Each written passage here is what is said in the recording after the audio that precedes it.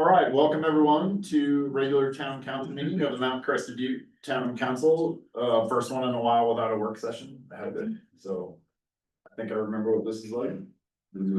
Calling the meeting to order at 6:02 p.m. Tiffany, roll call, please. I was trying to be protective of you guys and honor, give you a break once in a while. Appreciate it. Bruce. Here. Bobby. Here. Roman. Here. Steve. Here. Alec is absent. Belita is absent. Mayor Kempen. Yes. Next is correspondence, and looks like two pieces of correspondence, one from CB Nordic regarding the Grand Traverse and one from Gunnison Valley Animal Welfare League about a donation that we gave to them. So, And then I emailed out everyone an email from Carl Tucker. I didn't print it out because he had some links in there, but it will be in the final packet. And then I also handed out an email from Kim Allen. okay, yep, so that should be all the correspondence. Next is approval of the agenda. Does anyone have any questions, comments, requests for changes about our agenda for this evening? All right, hearing none. Next is public comment. Citizens may make comments on items not scheduled on the agenda. Per the Colorado Open Meetings Law, no council discussion or action will take place until a later date if necessary. You must sign in with the town clerk before speaking. Comments are limited to 3 minutes. Do everyone here in the audience for public comment?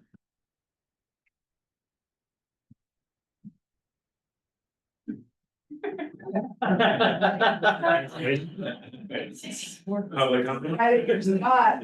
Are you here for Go public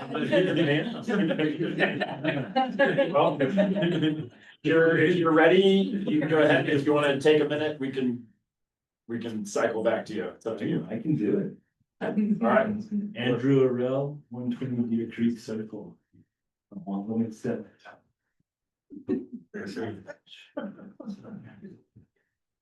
Shouldn't you just instinctively know when that is? Haven't been here. On the front end, you're so. Well, I am here once again, to urge this council to commit to a path of climate responsibility by banning fossil fuel gas as a residential home heating source in Mount Crested Butte. Natural gas may still be a bridge fuel for grid scale electricity generation, but the science is clear. Methane is a major driver of climate change, and we should be curtailing its consumption for home heating. You may have heard about a recent report issued by the U.S. Department of Energy, which dangerously downplays the reality of human-caused global warming. 85 leading climate experts have expressed fierce criticism of this report, including the DOE's report is not scientifically credible. In a careful documented response, the group of scientists exposes the DOE's reliance on discredited research, misrepresentation of evidence, and failure to meet basic peer review standards. We must not allow climate denialism at the national level to dictate our local future. Permitting future residential development to connect the gas systems will perpetuate decades of carbon emissions. It locks homeowners into fossil fuel supply chain that is both climate damaging and economically volatile. By contrast, all electric homes are healthier, reduce long-term operating costs for residents, and align with our state's decarbonization targets. Council members, this petition is about much more than just building codes. It's about embodying our values. When our federal government engages in willful deception, we can chart a different course, one that reflects our values, those of responsible growth, sustainability, and respect for future generations. An electrification mandate in new homes is not only a sound policy, it is a declaration that our town acknowledges the mounting costs of climate change and that we will choose to lead where others retreat into science denial. Thank you all for your service. Thanks, Andrew. Anybody else here in the audience for public comment? You don't see anybody else coming down the hall, do you, Andrew? There. Anyone online for public comment? Anyone on Zoom? Public comment? All right. Next is approval of the September 2nd, 2025 regular town council meeting minutes. It's something for people. That's okay.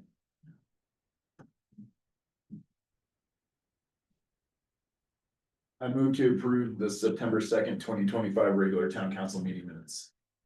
Second. A motion for myself and a second from Bruce to approve the September 2nd, 2025 regular town council meeting minutes. Any further discussion? Tiffany? Bobby, Yes. Bruce, Yes. Roman, Abstain. Steve, Abstain. Mayor Kempin. Yes. All right, on to business. First is Suicide Prevention Awareness Month proclamation. I'm having trouble forming words tonight. Tiffany. I'm sorry, bear with me 1 second. So we were contacted by Triad Health to put this on the agenda. And I also have Megan Doherty with CB State of Mind to answer any questions. We both don't know a whole lot about this, but they asked us to put it on there and it's up to you guys if you wanna do this. Triad is our EAP, the assistance program provider. So that might be why. Tri-County Health Network. Oh, Tri-County, not Triad. Mhm. Okay, sorry. Should have just kept my mouth shut. Thought I heard Triad. I might have said Triad. Yeah. They're a regional organization down based out of like Montrose, Telluride, Ouray, San Miguel and Gunnison County doing health efforts. And I am not super familiar, but they also have a suicide prevention regional council trying to kind of bolster the work around suicide prevention. They have some state and federal funding that is supporting the suicide prevention work in the region. CB State of Mind and myself, Megan Doherty, Executive Director of CB State of Mind, is a partner in that regional work. And I am a loose member of that organization, but they did ask me to come and speak on, they're just encouraging all municipalities in the region to proclaim September as Suicide Prevention Awareness Month. Obviously, CB State of Mind is locally working on suicide prevention and access to mental health supports for anyone who's in need. And they have supported us and asked me as a local member to come and answer any questions you might have. Proclamations are important for municipalities to show their support around the efforts and the work that we're doing to support the citizens in your district, to show them that you care about the mental health crisis that continues. Unfortunately, in 2024, in Gunnison County, we had the highest rate of suicide that we've had in decades. And there's so many of us working on this effort, but I think a proclamation just shows your guys' continued support and building awareness around that, potentially talking about it as a council and as a town around the importance of awareness, training, having conversations, supporting efforts like CB State of Mind in your funding. So thank you for that. If you have any other questions, I'm happy to answer those. Town of Crested Butte adopted that proclamation last night, and it is happening across the region. That's what I know. Great. Questions for Megan? Thanks for being here. Yeah, Megan. and thank you for considering supporting that. Obviously, I spoke last night too. We choose to recognize kind of mental health awareness in the month of April here and have for the past 5 years at a time where just the data shows that more local people are struggling during those times. But September is a time across the region, across the state, across the nation to kind of just recognize suicide as a problem, and it continues to be. So we're just asking you to join the bandwagon, if you will, and continue to show that support, and thank you for considering it. Thank you. Move to approve the Suicide Prevention Awareness Month proclamation. Second. We have a motion from Steve and a second from Roman to approve the Suicide Prevention Awareness Month proclamation. Any further discussion? In the past, we've been at a crossroads with how we give funding. And we made a decision in the past to take funding off of the top of every application for one grant cycle. So I would just encourage us that if we're serious about this and stating that this is an important thing to us, that if we do get to something like that, maybe we weigh an organization like State of Mind over somebody else if it's kind of a coin flip decision. All right. There's no other discussion. Tiffany? Roman, Yes. Steve. Yep. Bobby, Yes. Bruce, Yes. Mayor Kempin. Yes. Next is Crested Butte Nordic Annual Update, and we have Executive Director Hedda Peterson here for that. I have that. Hello. Thanks so much for having me. I know you all have a busy agenda, so I'm going to try to keep this short and sweet, but there is a packet shared with you all. Thanks, Tiffany. And it should be popping up on the screen. Awesome. So you can get right into it to the next slide if that works. Thank you. So I'll start, if you flash back to last winter, one of our main talking points coming out of it was that winter was really punctuated with 3 main storms. If you ski the mountain, you'll remember that really well because it was pretty grim, but if you also skied Nordic, you know that we did a lot with a little. And that's thanks to those 3 storms, but also we saw some pretty cold temps. So we're grateful for anything we get these days. And that set us up. I have a few slides here just looking back on the season, how it went, highlighting a few accomplishments and new things, and then a few slides to just say, here's what's coming. I will add to my introduction, I hope it goes without saying, but as a reminder, Crested Butte Nordic, we don't own any of our facilities, we don't own land, so we are 100% reliant on our partners, and Mount Crested Butte has been one of those for a long time now, so thank you. And it feels therefore important to share some annual news with you. So one of those first storms came early, and that set us up for a really great season at Lily Lake.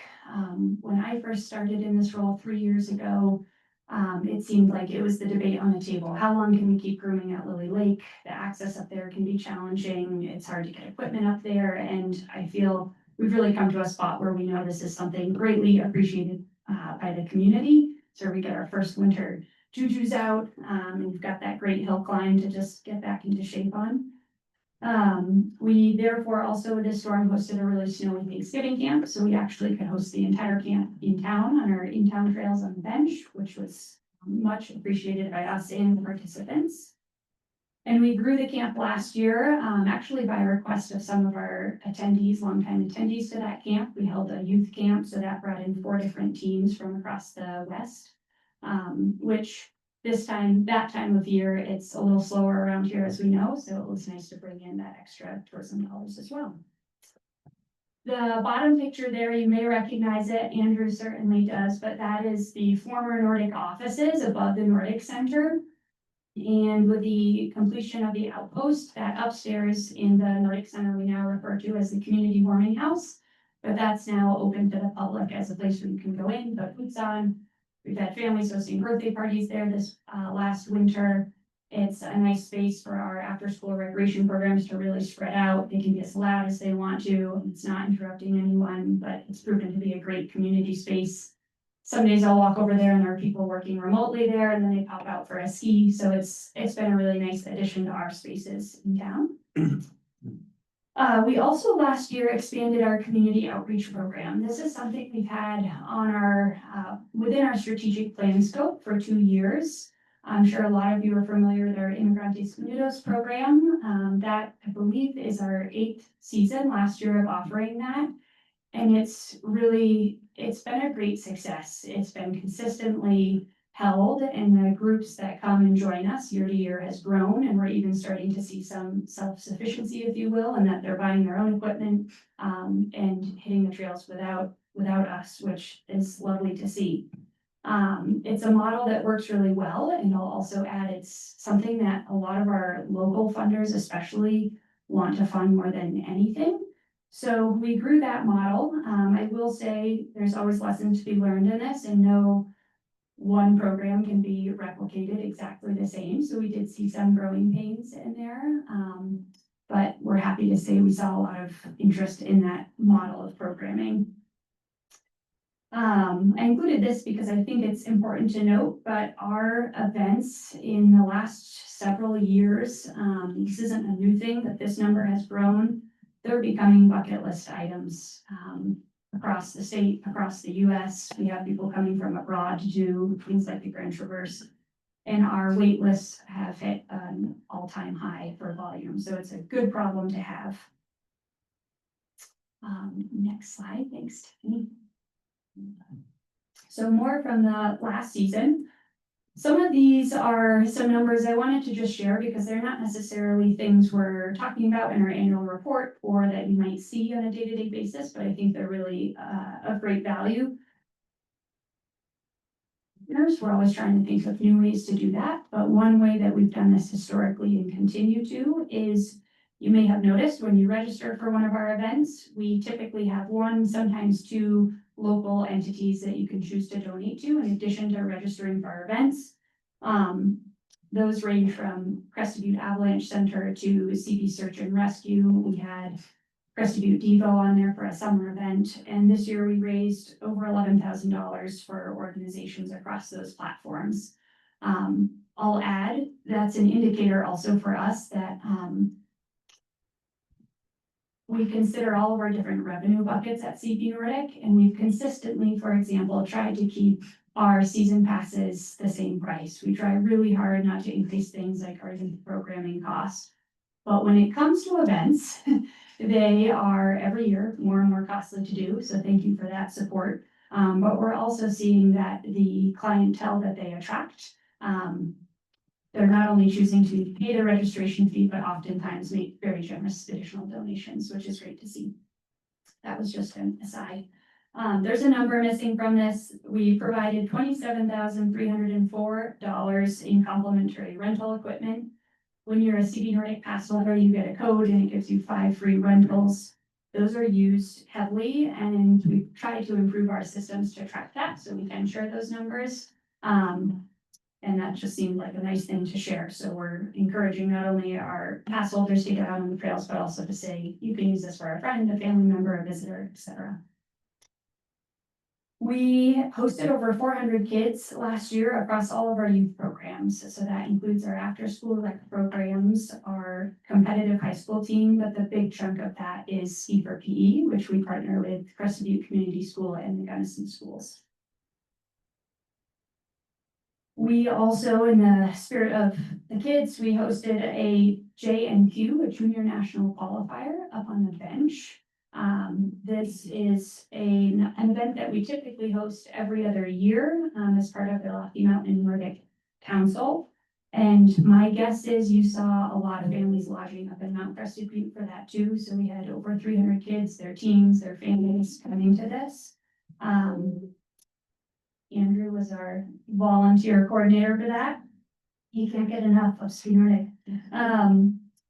And in the spirit of volunteers and coordinating them, we had over 1,400 volunteers. Bruce always likes to pick the hardest jobs. Thanks, Bruce, and Bobby as well, the coldest jobs often. But one thing I wanted to add to that is not just the number of hours, but the cost saving that brings CB Nordic. We use the state volunteer hourly rate, and we then come to around $54,000 that saves CB Nordic. You all have seen events like the Alley Week unfold, and we truly could not do that without the volunteer support we see. So thanks to those of you who are involved.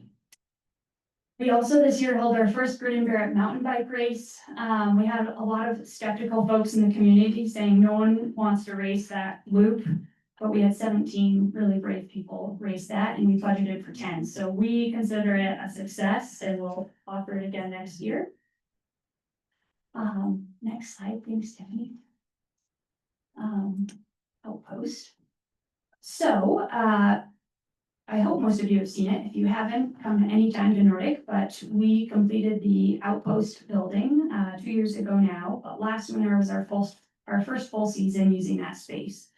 Those of you unfamiliar, the upstairs are our office, our new office spaces, and the downstairs is a team room. For our competitive team, Mount Crested Butte was a very generous financial contributor to that project, so thank you. And because of that, I just wanted to share, you may recall it's the town of Crested Butte's first all-electric commercial building. So we have 62 solar panels on our roof there, and those power both the outpost and the cat barn. Those were installed by Munitech, a local company. And we had, their proposal was that that system would provide energy sufficient for about 90% of our energy use, but it actually covered all of it last year with 12 megawatt hours of extra solar energy. For those who need a conversion, AI told me that that's enough to power one average home for a year. So that is awesome. And I will say that also includes the air source heat pump. We were told that that could see some challenges in really cold temps. And if you remember Thanksgiving time last year, that was a true test and it functioned great. So props in the shadiest, arguably the shadiest corner of Crested Butte, it's working. Next slide, please. I just included some additional numbers here. Whenever we take them out of things like the annual report, people say they want them back. So here they are. I hope you looked at them. But it's great to have this information. One little side note, our master's programs opened up this 2 weeks ago. So if you're interested in learning to skate or classic, you know where to find us. All right, the Grand Traverse, this seemed like an important message also to share with you all. We certainly fielded a lot of questions after the big C word cancellation last year. And I'd say the number one question and or rumor mill is it going away forever? It's not. I certainly hope it's not. I will say it's no easy task. We laugh that we chose years ago to take on an event, a point-to-point race that requires permitting in 2 different counties, 2 different Forest Service districts, 2 different ski areas. So the permitting, as you can imagine, is quite a lot. And then you add the climatic variables that we're starting to see become more and more intense. And it is a logistical puzzle, but we want to keep it moving forward and we have every intention of doing that. This summer, we convened what we call the GT Task Force. They felt really official. And it was a group of stakeholders, previous racers, some members from our field teams, and we went through a series of challenge topics essentially with them. But just to give you a bit of insight, those included things like the declining preparedness of racers. So we're not seeing the nature of preparedness that we did 20 years ago when it started at the start line anymore. And so talking through solutions of how can we change that. Another topic was use of personal equipment by our field team members. These are folks that all live here locally. They all have their own day jobs and they're giving up a week, 2 weeks of their time to come do this. We are paying them now and increase that stipend, which I know the grant referenced every year, but they're using their personal equipment and they log a lot of hours. So that was a topic, and as well as the obvious with the variable conditions, some of the pinch points on the course and what we can do both from a permitting standpoint, but also a human resource standpoint to mitigate those challenges when they arise, whether that's a week before or an hour before a race or event.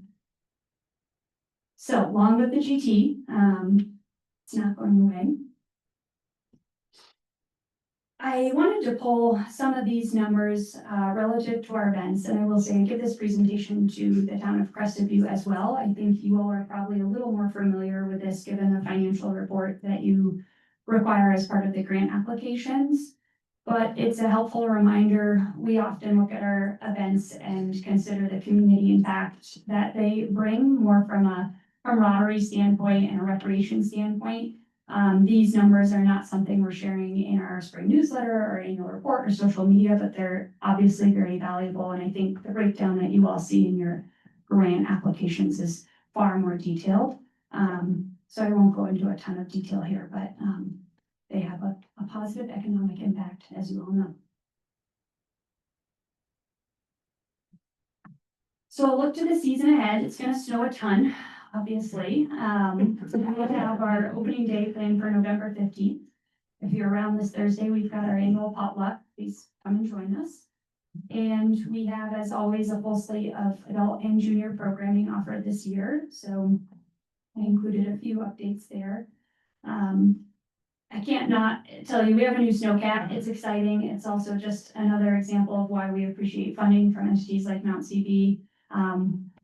This price has gone up since we purchased our last one in 2022 by quite a bit, from 275,000 to 315,000. And then we just got hit with a lovely tariff fee. So we keep our budgeting pretty tight at Nordic, which is why when we did a $16,000 grant or a $20,000 grant for the outpost, those contributions matter tremendously. Maintaining snowcats is not cheap. Having a payroll of 75 folks in our peak season is also something we take really seriously. So thank you for that support. If you visit the Magic Meadows yurt this year and you go inside, the improvements are all interior improvements, but I will only say this, so maybe it's a carrot for you to get out there, but make sure you look up in the yurt. That's all I'll say. We're growing our community race series. So Bobby, thanks for always helping with registration. And we have added a level of organization to these. We had a few last year that ended up to be a bit scrambly. And this year they're being head up by our competitive Nordic team. So when you register to do those, that money's going straight to the team, which is great. And lastly, we have a 4-year strategic plan, and our board and staff just met in August, and we reviewed our progress towards that, and it's all summarized on our website if you'd like to look at that in more detail. It still serves as our roadmap and our focus point, if you will. And also for this coming season, we're going to start to think about what new directional signage looks like out on those trails. It can feel like spaghetti on a map and a bit of a maze when you're out in the Magic Meadows. So we know we have some work to do there, and we're excited to dig into that. That's all. Thank you so much. Thanks for supporting the grooming of the rec path. Thank you also for the community grant support and, of course, a partner on our events. It's all very meaningful. Thank you. Thanks, Eddie. Thanks. Any questions for Hedda before we turn on this? Does the new snowcat have a name yet? That does not. Okay. Comes with a $10,000 naming rate, but it's not. For 1 year. Right now, we're calling it 25.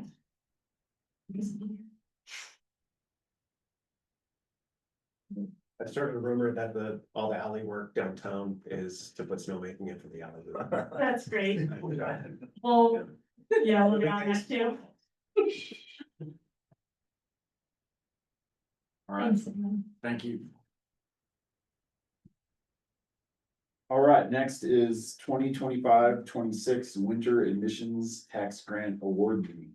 We have Marketing Communications Officer Marissa Maudsley here for that. Hi, Marissa.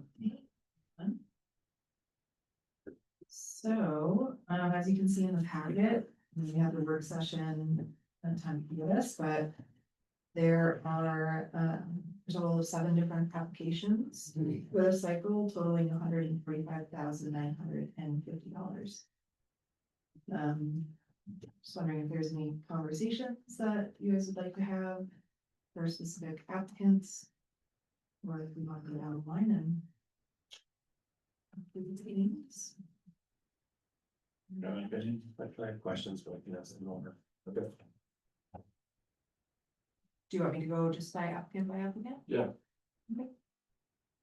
So of our above, staff recommendation is 23,400. You'll see that we had some staff questions at the work session meeting, and those were answered. I also just put answers to those questions just to reiterate. Any questions about that application specifically? I'm struggling with the ROI. Gross sales, not return on investment, so. Yeah, let me pull up exactly what we have for ROI, so, or sorry, for the rubric score. So bar above is based on event criteria. And that's on 18, so bring visitors to Mount CB specifically, that's scored a 1.5. Quantifiable ROI is a 2. And would you like me to discuss kind of where we landed on those and how? Yeah, so, I mean, this is for both applications from Dewey, but is $643,000 the return on spending $23,400? Or is that gross sales? Are we looking at a bar above specifically? Yeah, and I have the same question for Coffee Lab.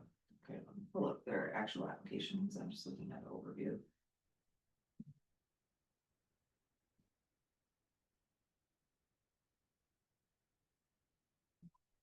And what was your question? I'm sorry. So is the claim that by us spending $23,400, the return on investment to the organization is $643,000? And we're gonna be getting $32,000 in tax revenue for spending $23,400. Yes, that's how that equates. What happens if, so there would be a 0 for ROI if they didn't do this program? They would get no sales?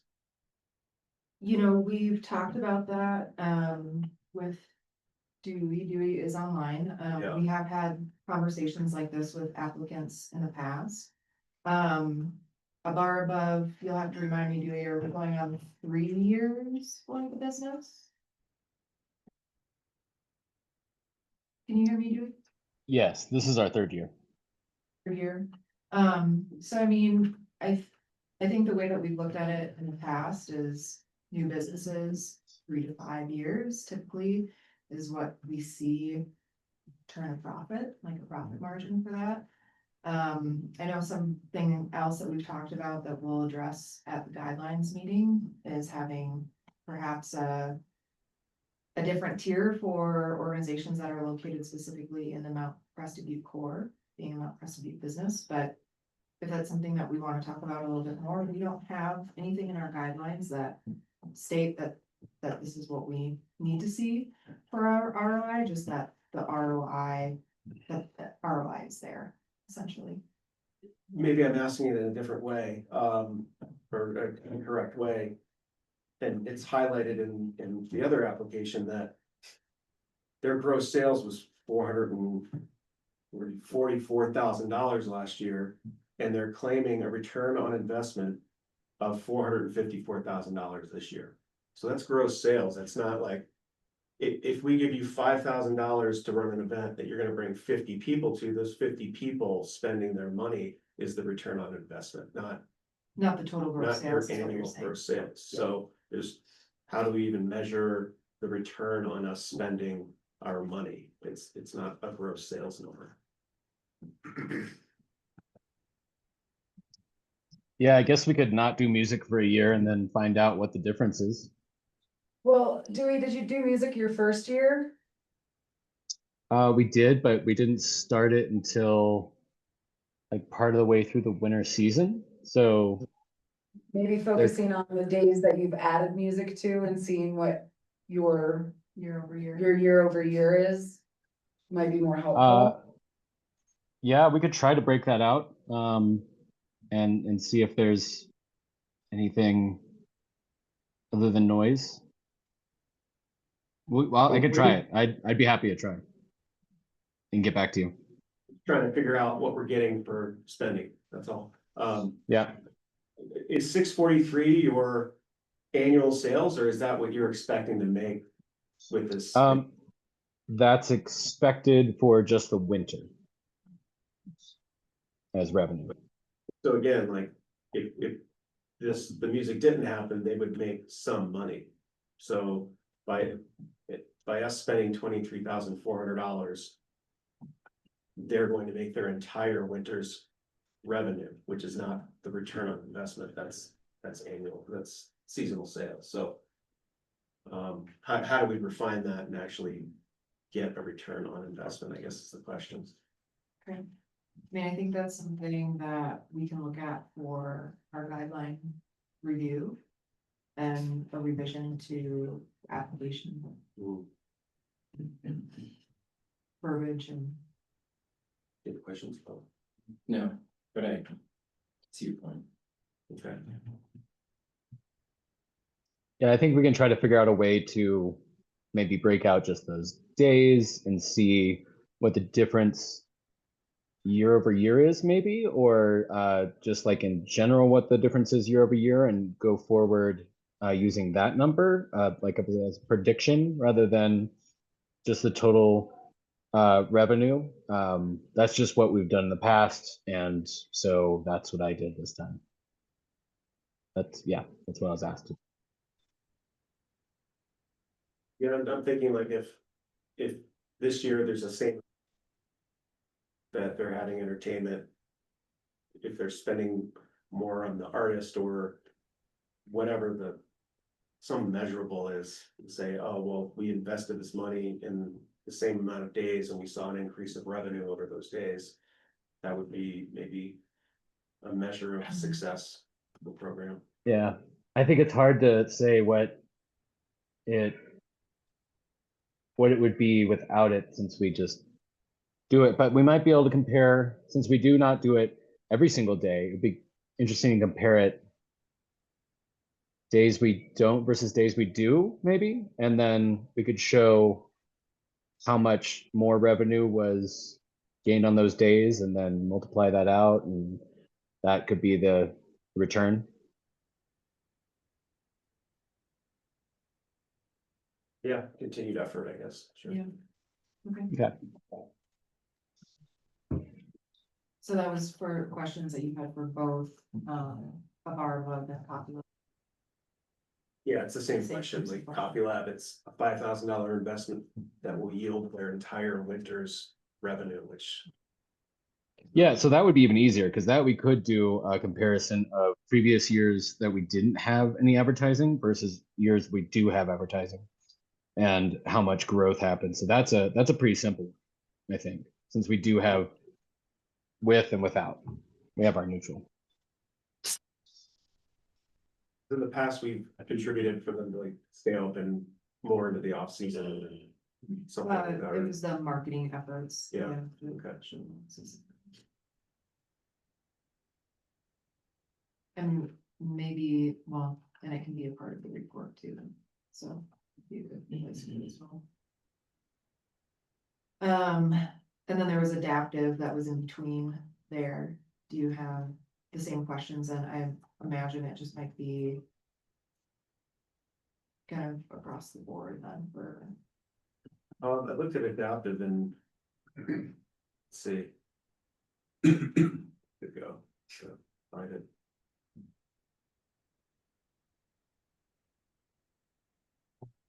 I think it's just the way that the application is phrased. Yeah, they've got more of an explanation of return on investment, which is more of a narrative. Yeah, okay.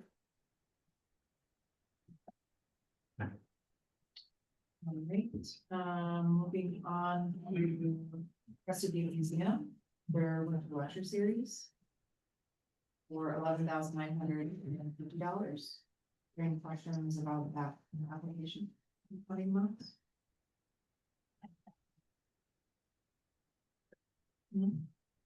Okay, next is the Crested Butte Nordic Center, where the Winter Ranch Verse. Any questions there? Okay.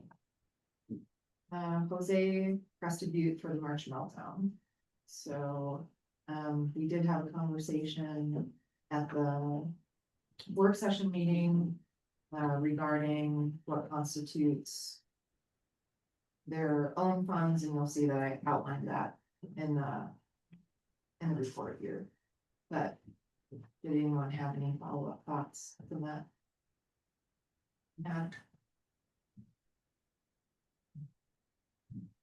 No? Okay. And then we had the winter music, which is Jose Billy Bar, and you'll see that we've had some additional conversations about ROI and calculations there, but that's all outlined in the conversation that we had and outcome of that. Any further questions regarding that? application decision. Let's just keep skipping the work sessions. This is easy.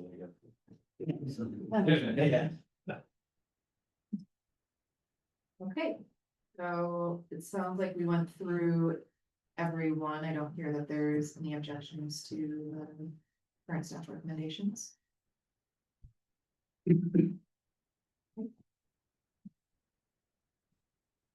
Thank you. Require a motion. Some sort from somebody. Motion to approve the current staff recommendations for the ad tax rates. Can you please outline each entity and how much? That's Give not back. Yeah. Alright, motion to approve the winter 2025-2026 admissions tax grant applications to a bar above in the amount of $23,400. The Adaptive Sports Center in the amount of $20,000. Coffee Lab in the amount of $5,900. Crested Butte Museum in the amount of $26,300. Crested Butte Nordic in the amount of $16,000. Jose's March Meltdown in the amount of $28,350. And Elevations Winter Music Programming in the amount of $26,000. For a grand total of $145,950. That's correct. Second. All right, we have motion from Bruce and a second from Roman to approve the winter admissions tax grant awards as presented and stated in the motion. Any further discussion? Tiffany? Bruce, Yes. Bobby, Steve, Yep. Roman, Yes. Mayor Kempin. Yes. Thanks. Thank you, Marissa. All right, next is Snodgrass reroute. And we have Community Development Coordinator Leah Desposato here. Hi, Leah. Hello. Before we get started, I just wanted to share that I'm here in my role as town staff for MTCB. And I'm presenting this information on behalf of the town for the council. I want to disclose that I'm on the board of SIMBA, Crested Butte Mountain Bike Association. And my role as SIMBA is not a conflict of interest, and that SIMBA is a separate organization from the Snodgrass Reroute, just so you know. Thanks. Yeah. So essentially, so at your last meeting, a representative from the Snodgrass Reroute Initiative attended your meeting and requested a letter of support from the council to include with their petition to the U.S. Forest Service. This group is advocating for a reroute of trail number 590 to move it from private. And there's a great image in the staff memo. You can see the red pins. Those are the private portions. The town of MTCB, Crested Butte, and Gunnison County, we all hold license agreements to go through that private property currently. And this afternoon, we were able to get a hold of Curtis Allen, the property owner, and ask them what their thoughts are about this reroute initiative. And they shared that they feel that the current trail system functions well, and they are not interested in a reroute of Snodgrass. And they expressed concerns about potential impacts to cattle, fencing, and overall operations, and are opposed to the reroute. With that, there are 3 motion options in the memo, but do you guys have any questions? Any questions for Leah? Do you have any more details on their concerns? Other than just saying cattle and saying and other things? I would just like some details about how it affects them. I was trying to ask for more specifics, but they were just sharing, you know, the fencing and the cattle, and everything is working really well as is, and they are not interested in the reroute. So I know that's not necessarily more specific, but that's what they shared. So, right now, once the closure occurs, there's really no traffic out there, with bikes, and, you know, unless you're doing 403, 401, then you're riding the road. So adding a trail that dumps people out at the rendezvous camp would create a lot of traffic, and I would infer that that's maybe a concern of theirs, that now their cattle is all the way out there and people are riding through that, so. Yeah, I mean. I'm You're not a agreeing. rancher, but You're my agreeing. experience is.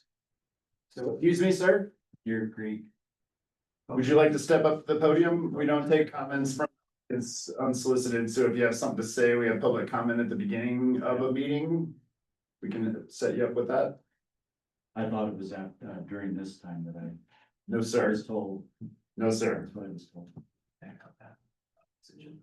yeah, can we give them Jeanette? But regardless, what I was going to say was that I have no, I've ridden with cows many times on roads, and they most of the time don't care that I'm there, and I only care if they're standing right in the middle of the trail, so.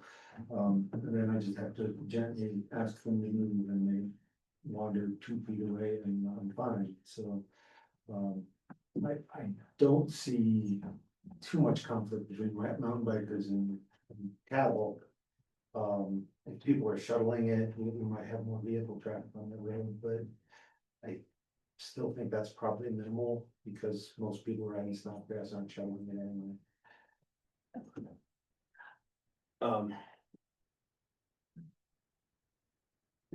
Just trying to figure out how far back to go with some information. I'll be concise and then go deeper if I have to. My opposition to this is, the ranching community is against it. The, Division of Wildlife is not in favor of it. The Forest Service is not a fan of it. And, hunters are not a fan of it. It's a valuable migration corridor, and, it would create a lot of user conflict because it's a known hunting area. So you're now cutting a trail through, an area that traditionally just sees foot traffic, and you've got people with weapons walking around. So that's the short and sweet of my opinion. I can go deeper if needed. I mean, I would say that that's the same, just about every trail that we have. I mean, I don't think it's any more risky on Snodgrass than it is, you know, on 401 or any place else that somebody might be hunting. And most of the time, it's gonna be during archery season that people are using those trails on mountain bikes. So SIMA is not endorsing this. I've spoken with one of their board members, not Leah. But they are specifically keeping their distance from this, because they're honoring the Fort ask that they not pursue it because of the ranching concerns. To my knowledge, no board members have signed the petition. And We don't take comment from the audience. This is a meeting that has rules, and that's why we have public comment at the beginning of meetings, and there's plenty of opportunity for the public to speak. Now is not one of those times. So 2 years ago, this was part of the Riders Off the Road campaign. Are you familiar with that campaign? Okay, so for folks that aren't aware of what that was an initiative by Simba that went through the NEPA process. And its goal was to remove short sections of road riding and put them off onto a trail. Prime example is the connection between Upper and the Brush Creek parking lot. You don't have to ride down the road because there's a trail right there. Simba doing their job because as their director would say, Snodgrass year round is the number one thing that their membership asks for. They put this trail in proposal. It would add significant amount of road riding and cut a new trail into a new area. They went to the store committee for the store committee's blessing, because it's a working group of a bunch of different interests. The ranching community was against it. The Division of Wildlife had concerns of habitat fragmentation and user conflicts. And the Forest Service, and Matt McCombs was in charge then, and he's a big fan of making things happen. He specifically told Simba that, hey, if you don't have broad support for this one part of your proposal, it's gonna risk your entire proposal. So they took it out. And that was 2 years ago. And Simba is still keeping their distance from the topic because they're respecting the ranching community's concern, and on behalf of the Forest Service concern on behalf of the ranching community. So that's a little context. And my understanding from talking to folks at Simba is that they're not behind this movement. This is a grassroots thing that was put together by community members that want this to happen. Because they feel like Simba has already done everything that they could.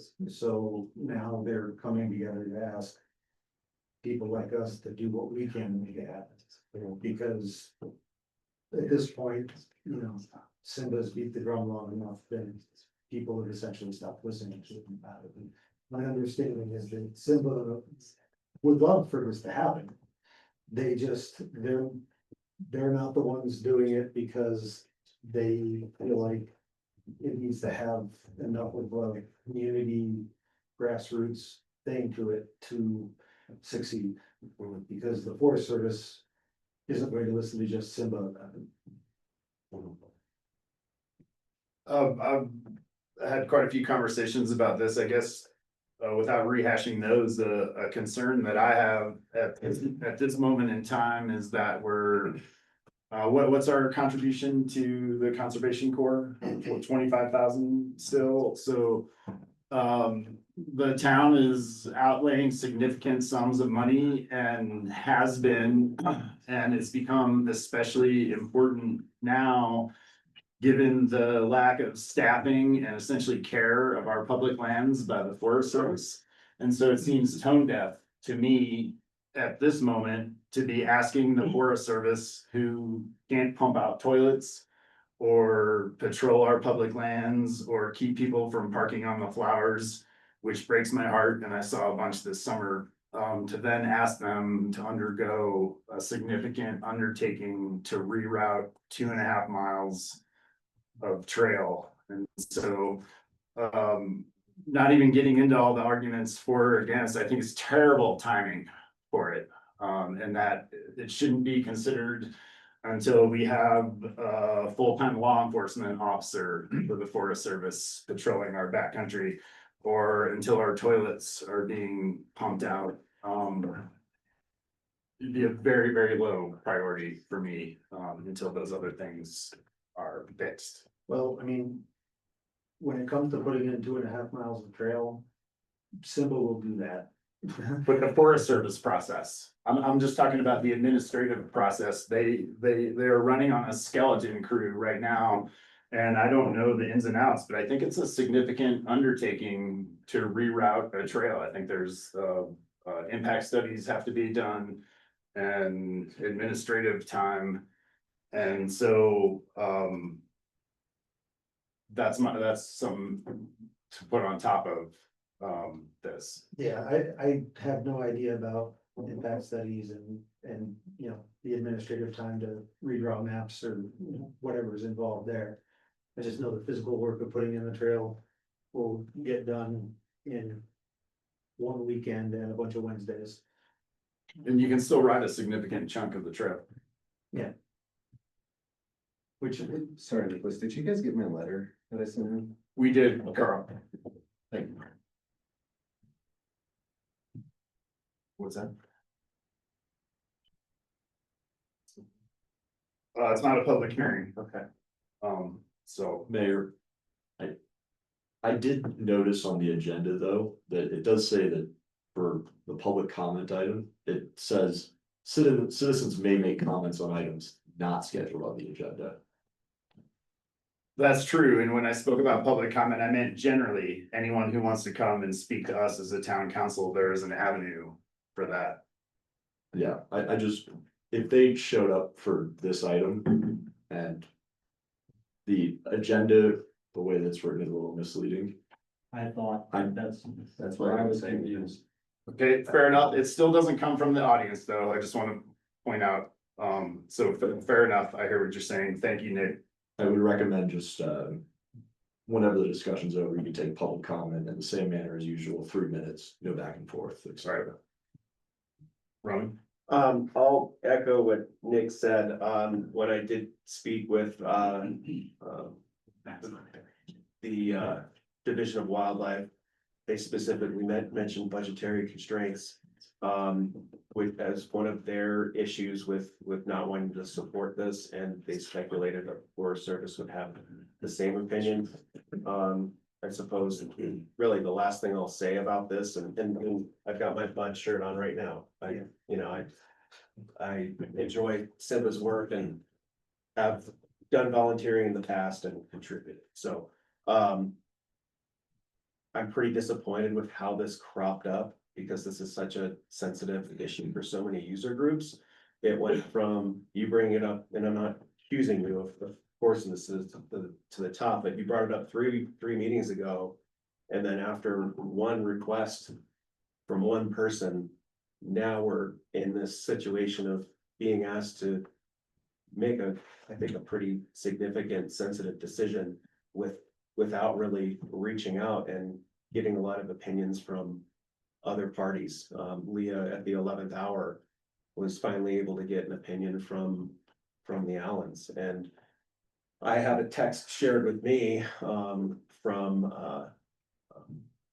Mrs. Leinsdorf, who is an Allen as well, my understanding, and it's a very sensitive thing, and we could maybe even risk losing access. We could risk them being frustrated and saying, you know what, it's too difficult to do this anymore. We're gonna, fragment up some land and sell it off, and you guys can do whatever you want. So I would have liked to have seen this have a little bit more inclusion with other groups out there. I mean, I would absolutely love to have more input from the Allen family on how this actually impacts them. It's just the statements I've seen are pretty vague. It doesn't really give me much information. Bobby? And I've been here for 8 years, and I never understood why I knew they closed because of cattle, and to me, it always sounded like a good solution to figure out how to get it off the private land and go on Forest Service property. And I've heard from a lot of neighbors and people that I know that, boy, it would be great if Snodgrass could be opened all year long.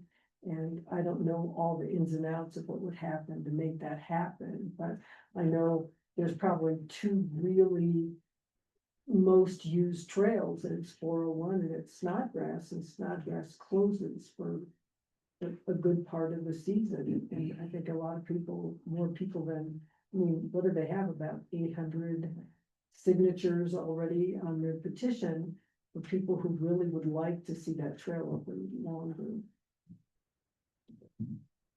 Do you have anything, Brian? I have a deep appreciation of some of these long-term relationships, and so I am comfortable taking the Allens at their word with maybe what could be perceived as vague statements. So I'm comfortable taking no action. Fully support a citizen-led initiative and like power to them, but I don't think we need a position in this conversation for that to happen. I don't think we're stifling anything. Yeah, and I'll just say, a couple of things about process. This is a letter of support. This isn't a policy decision that we're making. That's why it's on the agenda in such short order. And even then it was barely had time to get, the information for us. And so, again, this is the town taking a position. I think Steve's point and what I've heard from Roman too is that it's not a position against it. It's just not, it's letting the citizens do their thing. That's also why I was a little surprised, to have public comment from the audience. Seems like a pretty small thing from us, a letter of support. I think if we were to really dig down, if this really was our decision, this would be multiple work sessions, a review from an attorney, from our attorney, like it would be the full gamut. And so I don't know how much deeper you all want to go on a letter of support. It's on the agenda and we can certainly take that time. We can hear from members of the public. I think we have a good idea. I think you, sir, were here last time. Yes. Yeah, I was here, but should I come up here?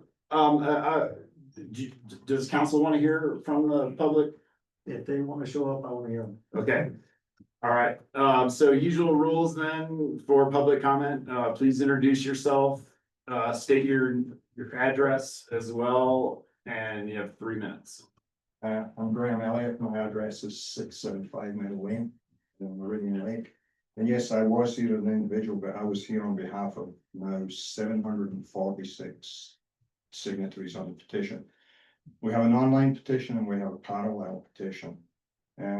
Also, Snodgrass has been designated a recreation emphasis zone by the Forest Service. There's not going to be any NEPA, there's not going to be any scoping. Recreation is emphasized and trail development is a very important part of the designation as a recreation emphasis zone. There is a very, very small percentage of the 3.2 million acres in the GMUG that actually has recreation emphasis. Also, the Allens, I'm sorry, they're disingenuous. That trail closed on the 25th of August and there are still no cattle on there. So why? Why close it when you're not using it? Your fences are not going to be cut when it's on public land. Half the time they don't even have to maintain the fences. I get cows in my neighborhood all the time. They don't maintain the fences properly.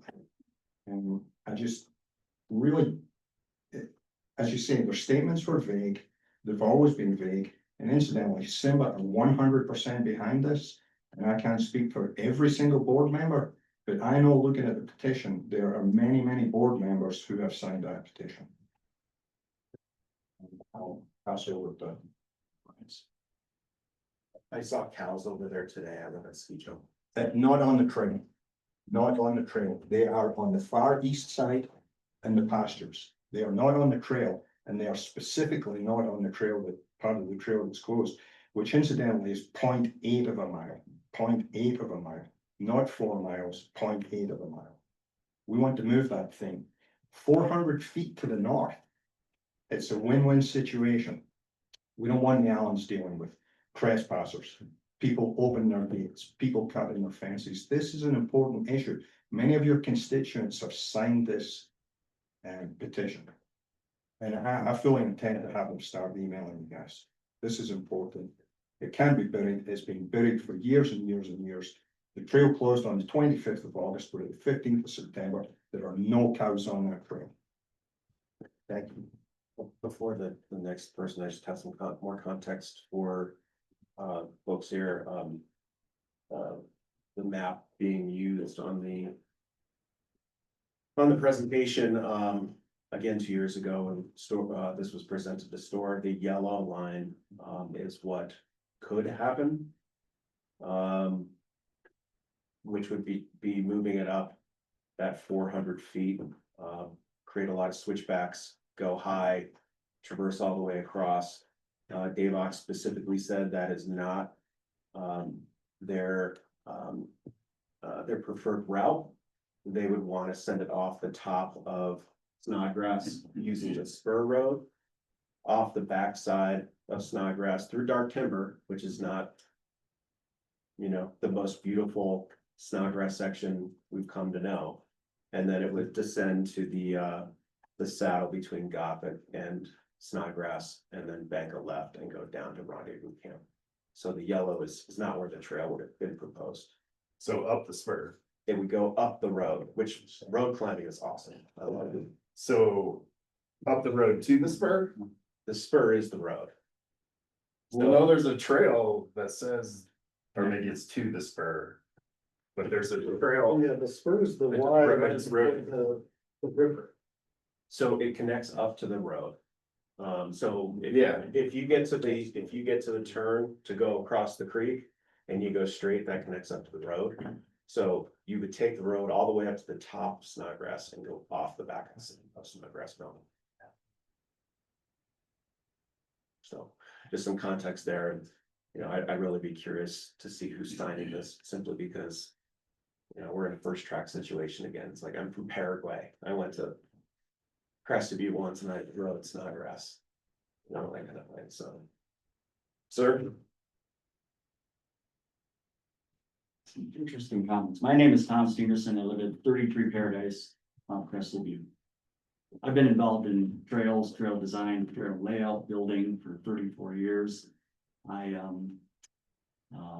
am deeply passionate about the mountain bike community and what happens here. I came from Arizona and was involved in a 68-mile restoration of the Highline National Historic Trail. And I was able to lay out 25 miles of reroute on ranch land, and everybody seemed to be fine with that.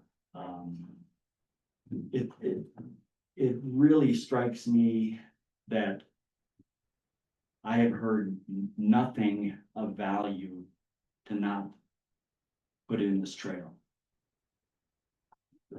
There's cattle on Deer Creek, there's cattle on Strawberry Mountain. There's cattle everywhere from after all the purple flowers die off till mid-September. And so I find that to be a very weak argument that we're gonna close a trail for say cows. I was hearing about all the difficult terrain in that area, so I went up to 10,200 feet on the connector and traversed, and it's basically you can follow 10,200 feet all the way across around their property and continue that as far as you'd like to go. And I went 1 mile and got around their property, and it would be the most gorgeous trail, perfect side slope to build the trail on. To have a very small user group, hunters, and a farmer or a rancher holding this project at bay just seems ridiculous. You have a 24-inch trail taking up an insignificant amount of our 1.7 million acres of the Gunnison National Forest. As far as funding, there's huge amount of money, RTP grants coming available as they've changed their formula for funding. So I'm not sure if the NEPA study has already been done on this. As far as when you talk about the egress and ingress for elk, we see them, we live on the meadow, we see the elk move through in the spring and move out in the fall. I can't imagine the timeframes and the user groups that are using a trail in November up there as being impactful on that process. We already have a road up to the top.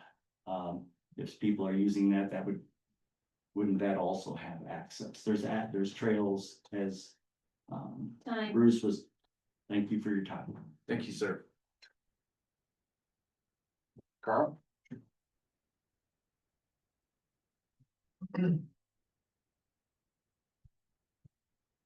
Hey guys, Carl Tucker, 43 Curtis Road. Thanks for the time. Apologies for speaking up earlier and for the confusion. My understanding is it says today, Steve, Roman, Nicholas, you guys are not supportive of signing the letter. I totally understand that and actually respect this is a very complex and layered situation that's happened over time. Roman, the reason I spoke up and I shouldn't have was you just made several incorrect statements around Simba's not supportive. They're very supportive. This, what is labeled in the master plan for the Gunnison National Forest is this is a high use recreation, all of Snodgrass. So there's just over 3.5 million acres in all of GMUC. Only 40,000 acres are designated in their master plan as high recreation areas. What is the emphasis for high recreation areas? It's trails for recreational and hikers, bikers. So this is not just a mountain biking thing. The only thing I really want to kind of get across, I understand where you guys are coming from, is I want you to start, if you can, think about this as an opportunity. And as I think about like North Village and future growth in our town, I see this as a potential as a very valuable and necessary amenity. We're gonna have to solve for this problem at some point. I respect that we have an agreement from originally signed in 91 that also included Smith Hill. I know I hear people say all the time, I'm worried the Allens are gonna take this access away. If I was a betting man, I'd say they're not gonna do that. Reason being is the day they take that away, it forces the National Forest Service's hand to start working on the reroute. So right now, it's kind of the best of both worlds for them. I want ranchers to be successful. I respect the heck out of ranchers. My property backs up to ranchers. But there has to be a little bit of a balance. There has to be a little bit of the quality and kind of the conversation. So if we can get to a point where we think about this is a potential huge amenity for, as labeled by the National Forest, that we could use as a town and, unleash the interested recreational users, Simba's support and others, I think that'd be great. I understand you guys are gonna sign the letter. Thank you for discussing it. Thanks for the time you took on it. I do think this is a bigger issue, and I would just encourage you to talk to a broader set of folks. This shouldn't be a surprise. There's been boosts at the farmers markets. There's been active conversations. So this is, you guys have told us, hey, we're going to get planning sessions and, citizens are definitely involved for that at times. This is something that's been being talked about in the community for a while. I just don't see it going away given the increased usage. So, and thanks for letting me speak up and changing kind of things today. I appreciate it. Thanks, guys. Thanks, Carl. Thanks, sir. I move to take no action. Second. We have a motion from Roman and a second from Steve to take no action on the Snodgrass reroute letter of support. Any further discussion? I'd just like to say that even if it's probably not this organization's job to start this conversation with the Allens, but I feel like there needs to be some collaboration going on, and I'm not sure why it hasn't happened yet or what the whole is, but that's what I feel like really needs to happen to solve this issue, is get together with them and then be like, these are our problems and how can we mitigate those issues? Because like Carl said, this isn't going away. People are gonna ask for this forever until it's done.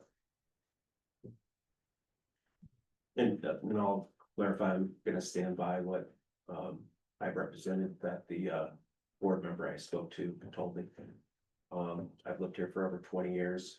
I've appreciated Snodgrass for what it is. And I enjoy wholeheartedly my last ride of the year. And then I go ride some of the other 450 miles of trails in the valley for the rest of the summer. I wonder if some of the confusion is the difference between Simba board members signing a petition as individuals versus the organization Simba having an official position statement. Just like one of us could sign the petition, but not be in support of a letter. Like to recall me. No, I mean, Remember that one? I mean, you, Bruce, for instance, could sign the petition as a citizen. And they did. And you did, but you're not representing the town of Mount Crested Butte in Correct. similar fashion to, I think, board members of Simba could sign the petition, but not be representing the official position of Simba. Yes. Okay. That being said, I don't know that Simba has an official position, but Well, it sounds, I mean, I think what They're Roman said is unofficial they don't. This board member told me that they were repeatedly asked to back this and they opted not to take action. yeah, and that's one board member. Yeah. But I think if you polled them, you'd probably get more that were in favor than were against. Right, but they haven't as a board gotten together and said, we have an official position on it. That's the distinction I'm trying to draw.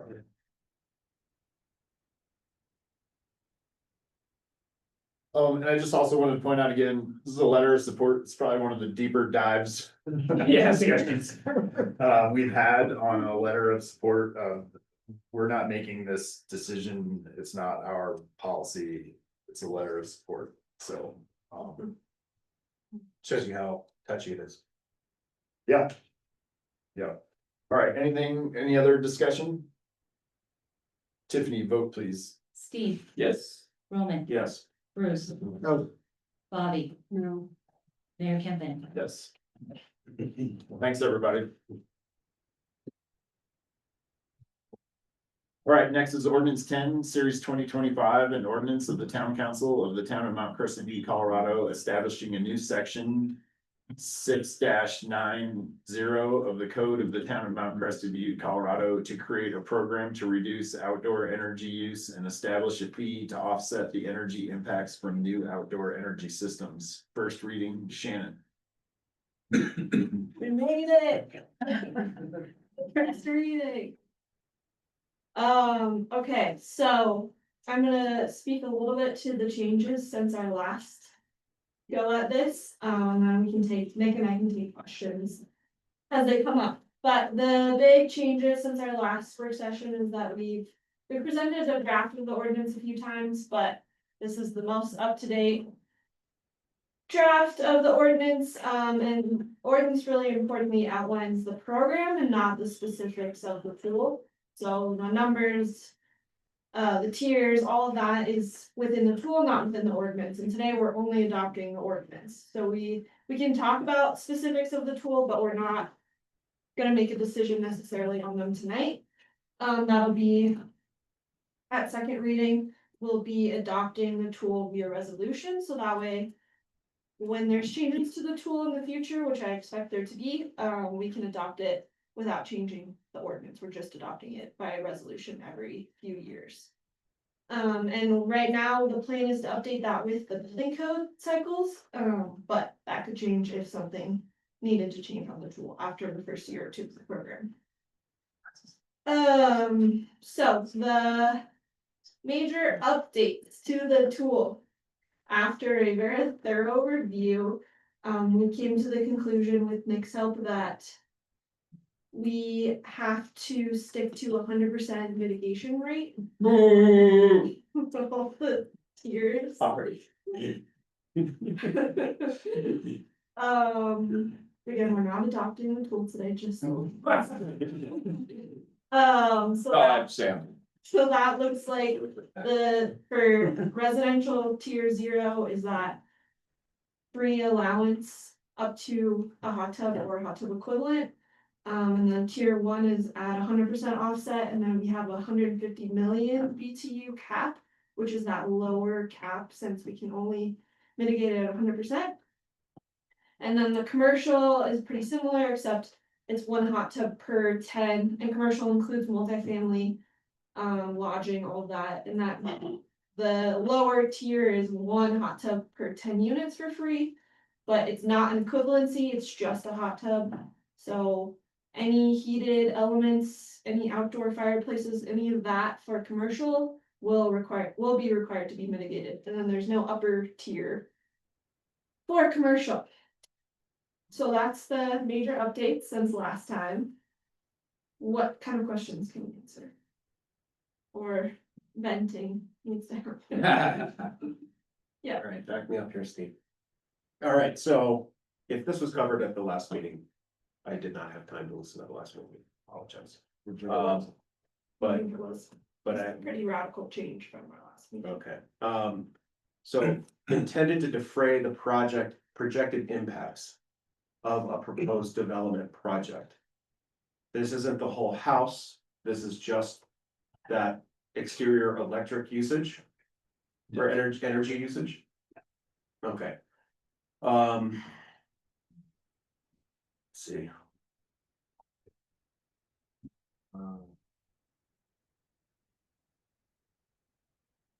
When does calculator come for us?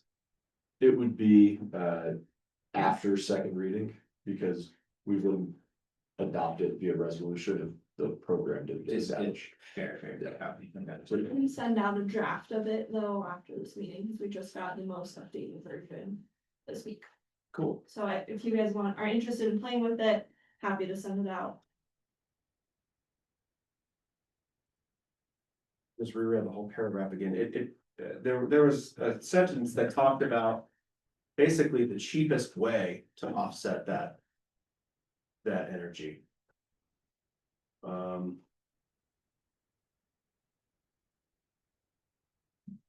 Reading it again.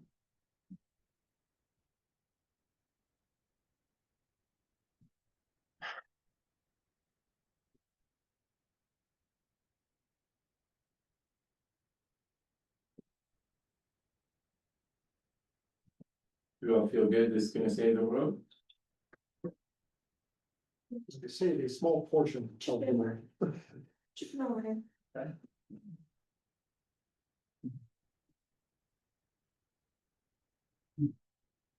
It just, I'll still lean on it. It doesn't say how we choose to offset that energy.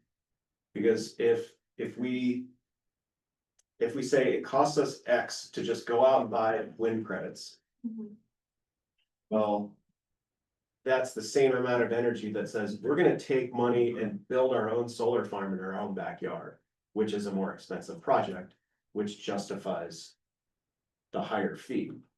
Otherwise, you'd be required to find the cheapest way to offset that energy as possible.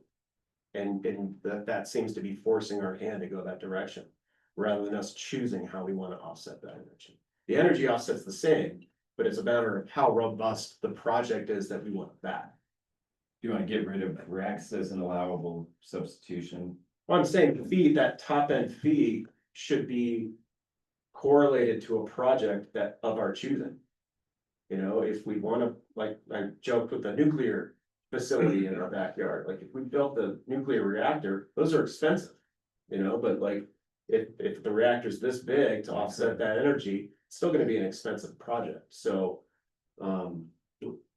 It's just a question of the fee paid. I mean, if 3 people paid the 100% fee, that 3 fee combined could go towards a greater offset project, but it's about what the actual fee that's being paid in lieu of, you know, complying with the new standards, essentially. I thought it was the fee to actually pay for that offset of energy. Well, it's a fee in lieu, right? So it's like if you're going to go above and beyond what the parameters are in the ordinance, then you pay that fee to make up for that impact. Well, the way that the calculator is structured is you input all of your different energy uses in it. All these different systems come with different energy, like some are in kilowatts or some are in BTUs, so it takes them all, puts them all in BTUs, adds them all together, and then they take BTUs and convert it to kilowatts. And then they say, okay, so these exterior systems are generating 100 kilowatts of, or they're using 100 kilowatts of energy. So if we want to build 100 kilowatts of solar based on the numbers that they use for our tool is the cost of PV from Unitech, so from a local solar installer. So to generate 100 kilowatts of PV, according to Nunatech, it's gonna cost, and I have it pulled up right now, this is kind of depressing, $4,400 per kilowatt for PV, so that's what's in the calculator, and that's how we get the fee in lieu. So it's dependent on this assumption that the cost of solar is the metric, kind of. Not to say that different projects, aren't more or less money per kilowatt, but our metric that we're using is kilowatts of PV. Is that? But it seems like you're supporting my point of, we've chosen to go with Unitech for this calculation of how much it would cost them to produce this power through a project. But what if we find a place in California that can do it for cheaper? Do we have to go by that lower? Yeah, or 5 times, do we have to go with that lower amount bid? Like, are we trying to race to the bottom of the cheapest way to offset this power?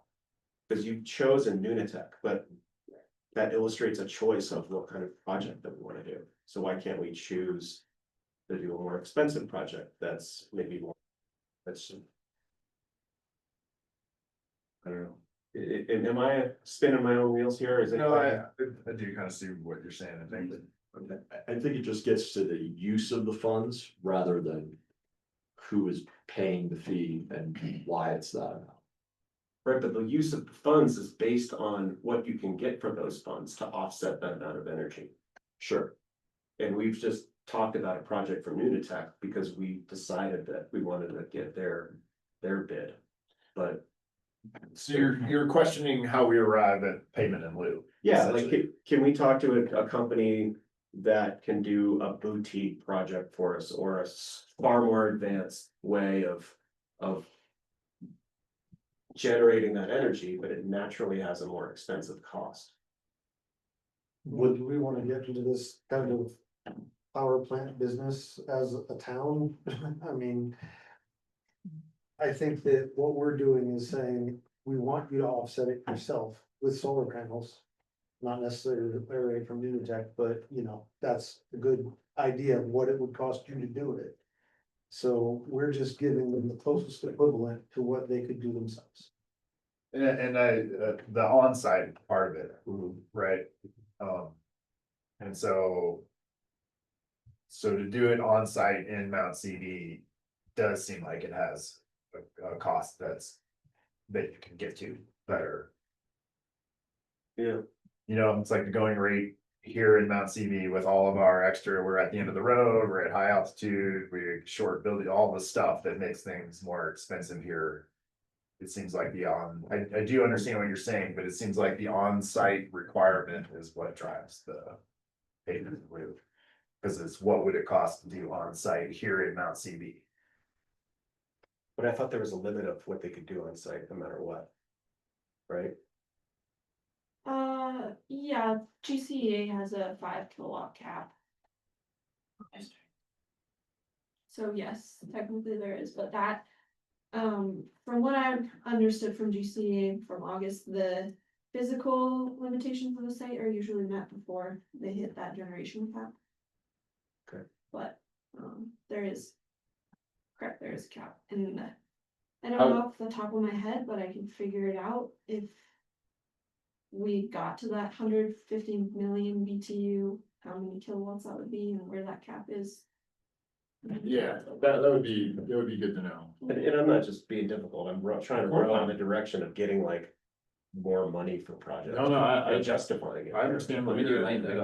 I hear you. Your point's well taken. I think it's more of a calculator consideration, right? And then if these external forces were to change, it would be a calculator update that's baked into what this ordinance says. And then that's in the actual resolution itself, adopting the calculator in those whereas clauses establishing why XYZ is being changed.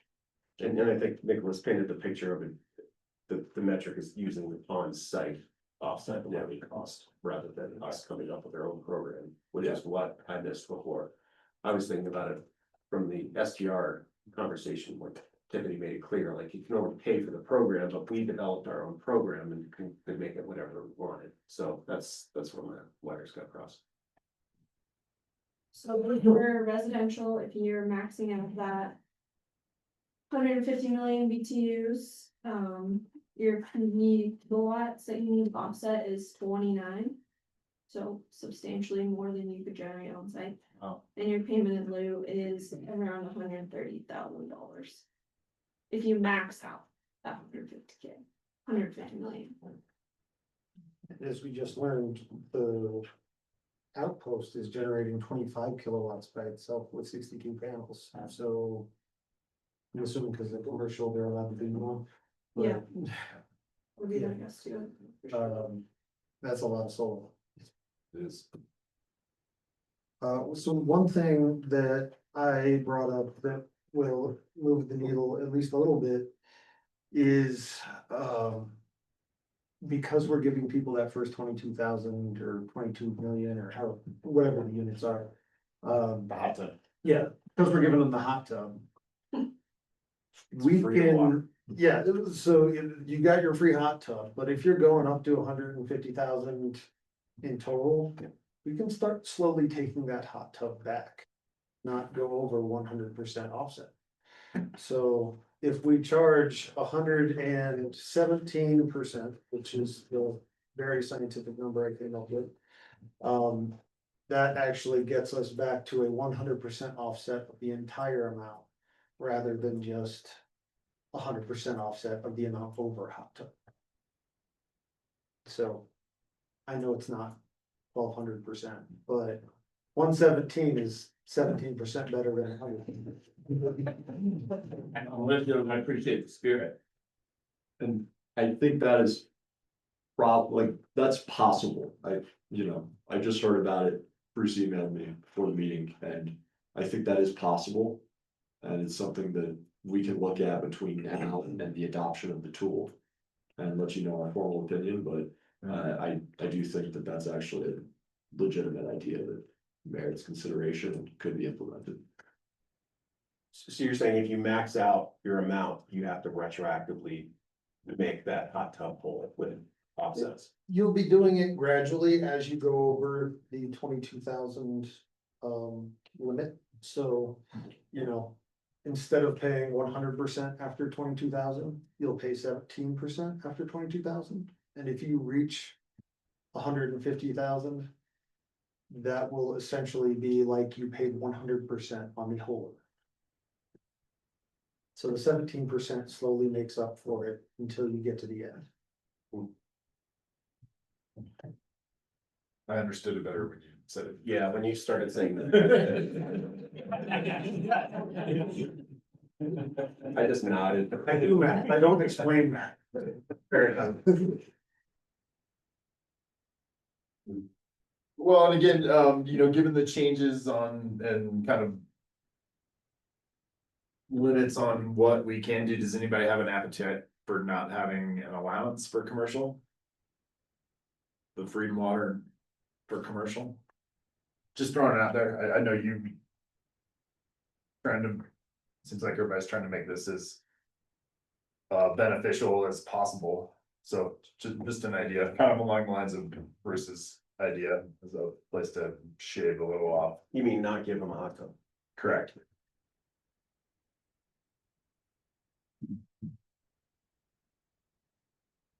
I like the way it's currently written, giving them the hot tub, the commercial requirements and the residential requirements. I think it's pretty fair. It's follows legally what we can do. And when you look at the mitigation, there's some flexibility there. You can do on-site renewable energy, on-site energy efficiency, battery storage. So I think the final proposal, took us forever to get. Sure did. there. Depends where you at. Shannon's worked really hard on this and the attorneys, and I think that it looks pretty good the way it is. It looks good to me. Can we have another work session? I'm joking. I just wanted to see the look on her face. I thought I found that day. Sorry.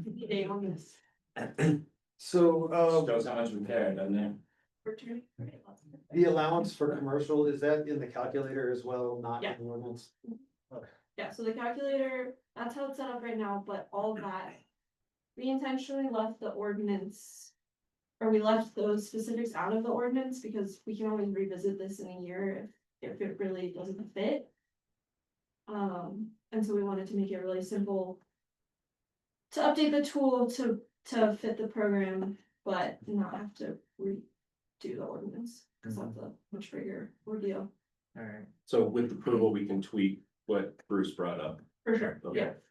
Take a deep breath. Yeah. I move to approve ordinance number 10, series 2025, first reading. Thanks. We have a motion from Roman and a second from Steve to approve ordinance number 10, series 2025. Any further discussion? Shannon brings up a good point to remember that, we've had many,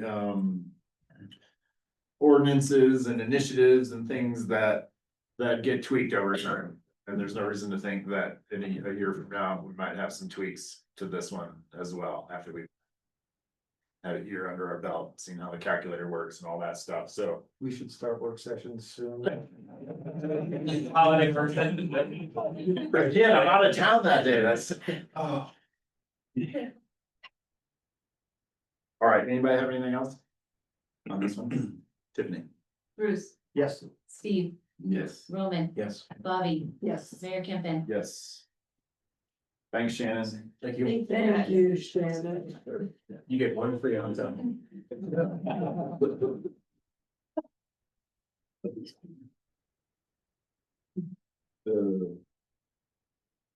All right. Next is ordinance 20, series 2025, an ordinance of the town council of the town of Mount Crested Butte, Colorado, establishing a new section 13-12 and amending section 13-11 of the code of the town of Mount Crested Butte, Colorado, to codify the municipal court's ability to order collection of municipal court fines, fees, penalties, and restitution through a collection agency, and enlarging the municipal court's restitution order deadline in response to House Bill 25-1304. First reading, Tiffany and Nick. I'm going to turn the majority of it over to Nick, but lately people don't like paying their traffic tickets. There's always a portion that doesn't pay their parking tickets, but the increase in unpaid traffic tickets, since the state basically said you don't have to pay it, is how I feel, has increased substantially. I can no longer put a hold on your driver's license when you don't pay your traffic ticket. That's how it works now. But I'll let Nick take it from here. Thank you. The ordinance does what it says, another longer title. The muni court statute says what you can do in collecting a past due fine. It's like garnishment of wages. You can execute a lien on someone's house. But it doesn't specifically authorize collections. However, since we're home rule, we can decide to authorize collections and contract with the collections agency. So that's what this ordinance does. It specifically says that we can have the judge order someone be sent to collections. And then that restitution order deadline tacked on in the end. I spoke with the judge about this, just so y'all know, he's fine with it, he supports the ordinance. When I was speaking with him, I brought to his attention this new House bill. Prior, the prosecuting attorney and the judge had 91 days total to figure out what restitution is owed to a victim, and the judge has to make that order within 91 days, so it's a pretty expedited timeline. Now the timeline is, I have 63 days to figure out the amount, and then the judge has another 63 days to order the amount, because the timeline was just too tight. Because if the defendant wants to object to the victim's restitution order, there's not a whole lot of time for me to figure out that info, the judge to set a date for a hearing, and then the judge to make a written order. So this is just really enlarging the deadlines that we have in our code to align with that change in the law. Do we still have, do we still have the ability to put liens on houses and other things, or is Sure. it just collection now? No, you still retain those abilities. Yeah, this is another tool, I would say. I would say it's an addition to what's already in the books that's permitted. putting a lien on somebody's house for a $300 traffic ticket seems extreme. And garnishing It their won't wages. be $300 by the time it gets to the lien, so. Yeah, it would, I mean, if you were to place a lien or garnish their wages, it would cost more to have us actually go through with that than you would ever actually recover from the person, so. That's why the collections agency makes sense on a practical level. And I know a lot of towns and cities around the state do utilize collections agencies to collect past due funds. I move to approve ordinance series 2025, an ordinance of the town council of the town of Mount Crested, Colorado, establishing a new section 13-12 and amending section 13-11 of the code of the town of Mount Crested, Colorado, to codify the municipal court's ability to order collection of municipal court fines, fees, penalties, and restitution through a collection agency, and enlarging the municipal court's restitution order deadline in response to House Bill 25-1304 first reading. Can you read that second sentence again? Second. We have a motion from Roman and a second from Bruce to approve ordinance 20, series 2025, first reading. Any further discussion? Tiffany? Roman, Yes. Bobby, Yes. Steve, Yes. Bruce, Yes. Mayor Kimpin. Yes. All right, next is approval of non-homestead town-owned property residential lease template. Carlos. Yes, so Nick and I worked together on this and we're, as I mentioned in my staff report, the charter requires the council to approve any term for a lease. And so at the last meeting, we brought a specific lease for the 2 homestead units that the town owns at the last meeting, which the council approved. And here for this, we are presenting to you a template that, you know, we're seeking your approval for, which includes some of the additional comments and statements that, the council wanted to have added to our homestead leases. But also what it does is it grants me the authority to enter into these leases for our town, owned properties without having to every time. So there's a proposed motion in my staff report that attempts to accomplish just that. And I would just ask you to make that motion. Can I ask you a question? Why do you have 2 years total lease agreements for town owned? Cause sometimes it's hard to find employees and then do you just kick them out after 3 years? The reason is one of the units that we have, at the moment is encumbered by a deed restriction that only allows any one town employee to be in there for a total of 2 years. So this was just an easy way to make sure that that lease was covered as well as these other leases that are. We're going to try So to you amend. wanna put that on every lease you do for properties the town owns? Well, that, for the properties that aren't encumbered by that language, it doesn't matter. It's to capture that one specific deed restriction. And again, when we identified that, we discussed trying to remove that language, and I think we will try to do that. Thank you. for So, answering yeah, that. that's in there That- just as That Nick was said. confusing to me. Yeah, Yeah, it's just because since this is a package deal, there just so happens to be that piece of In the this package. particular property. Yeah. Is that Thank you. restriction held by the town? we are the beneficiary of that deed restriction. Oh, Yeah. so it should be pretty easy for us to find it.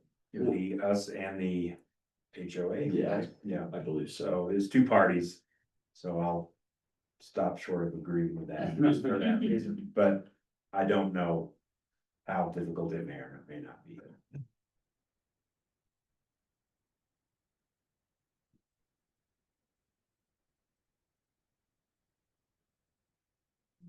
Move to authorize the town manager to execute 1-year leases subject to 1-year renewals, which shall not exceed a total of 2 years in total for all town-owned residential properties as presented in template form in the council packet dated 9/16.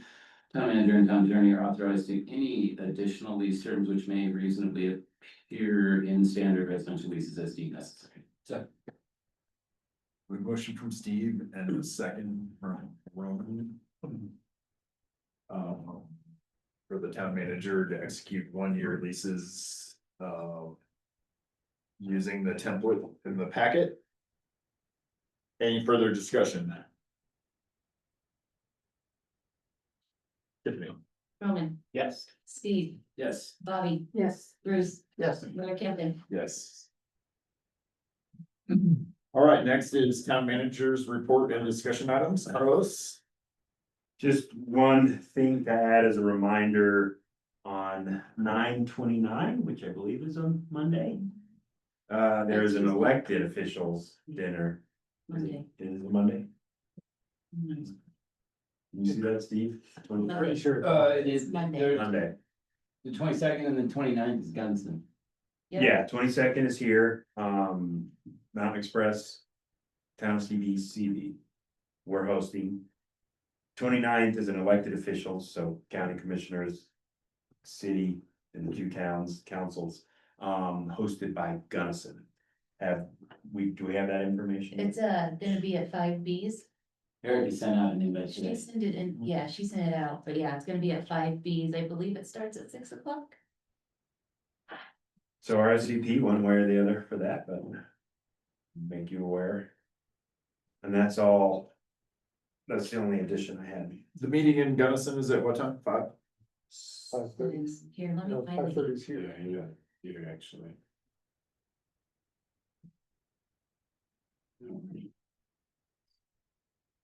5 o'clock. 5 o'clock? 6 o'clock. Oh, wait. 6 Oh, o'clock. yeah. Both of them are at 6 o'clock. 5:30 on June 20. Second. 5:30 on Guys, September restriction. 22nd here. And 6 o'clock in 6 o'clock at 5Bs in Gunnison. The 5Bs, I'm sorry, what date is the 5Bs? sorry, the 29th. 6 P.M. What are we doing for food on the 22nd? I'll figure that out right now. Big B's. No food barbecue. Let's preempt them. We'll have big B's at ours. We're trying to have. We're it thinking of the catered, wrong but we thing. have. They make the cider. Yeah. Oh, you're right. I had Yeah, to what's the bar- finalize the location. 5 Like, food. Arby's. Arby's. Yeah. All right, any questions for Carlos? On his report? How about those balls? All right, next is clerk's report and discussion items. Tiffany? Will everyone be here at our first meeting in October? I'm not sure. Can we have slow summer down, please? Oh, I wish. Summer. Bobby's a maybe. Yes. Roman, you're a yes? Roman, you're here, does that mean you got milk? I am. Or you did. Nice. Yeah. Any questions for Tiffany on her report? Just a reminder, there is an extra week without the calendar falls, so our next meeting will be in 3 weeks. Except we're dragging them here Yeah. next week, next meeting the week after. Really quick, the STR license suspension settlement process. Yes. What does that look like for someone? So the suspension settlement process. So basically, in this case, we said we're gonna suspend your license through, don't quote me on the dates, Sure. March 31st. And then talking about it, talking with Carlos and Heidi and Nick, we said, okay, how about in order just to be done with it, because it was going to be set for an appeal hearing, which means you're paying Nick for 8 hours of his time probably. So we said, you know what, we'll suspend your license through January 31st. And they were tentatively, they agreed to it, but now they're selling it. So it's just like a settlement, like, and even our STR cases that we have cited into court for renting without a license, it's kind of the same thing. Like, we know what the judge would probably rule, we've got an idea what amount of money we want. So then Nick works with Carlos and us and the defendant to settle it before it actually comes to court. Copy that. And the license suspension occurs between the town and the license holder, not the Correct. But the owner has the ability to appeal the town's decision to the court. And in this case, there was an appeal and we retained a hearing officer. And the hearing officer has since approved that settlement agreement. And the reason we had the hearing officer is if, let's say during that let's say the hearing officer said your license is still suspended. If during that suspension time we found them renting or advertising without a license, then that's gonna go to the judge. And without that hearing officer, the judge is kind of ruling on himself. So that's why we had that third party as the hearing officer. And who's the hearing officer? How do we find them? Her name is Kim Allen. She actually applied for the deputy municipal judge. We were advertising for that. And, she's a local here. She's an attorney. And so we're like, hey, let's try her for this. Cool. Yeah. So I'm a little disappointed we didn't get to see her in action. Yeah. Cool, thank you for the clarification. With complaints, are those just, you're registering the complaint? Whether or not it's an enforceable thing? What do you mean? Pitchfork neighborhood parking in front of garage instead of within. Parking in front of the garage is still, I believe, on their parking plan, right? That's some parking in front of someone else's. Oh, really? No, yeah. Wow, They were blocking the neighbor's access to the. that's incredible.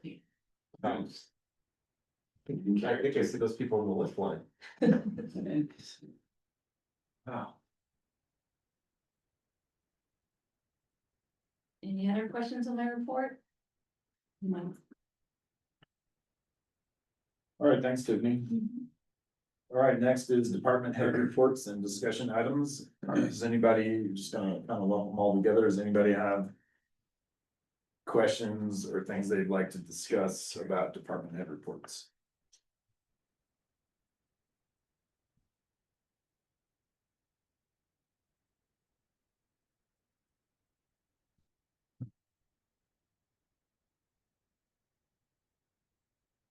All right.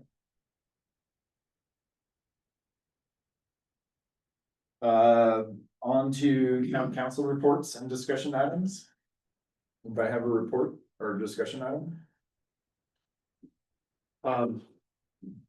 We're best for not bringing this up before, to my knowledge, Tin Cup is still not responded to town about the grant funding they received.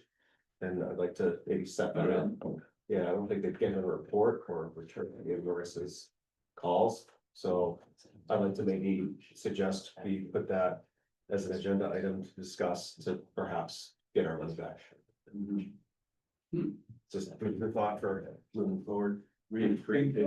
So Tin Cup is the ice cream place, and they applied for a summer grant last year, maybe. Like two cycles ago, and they just.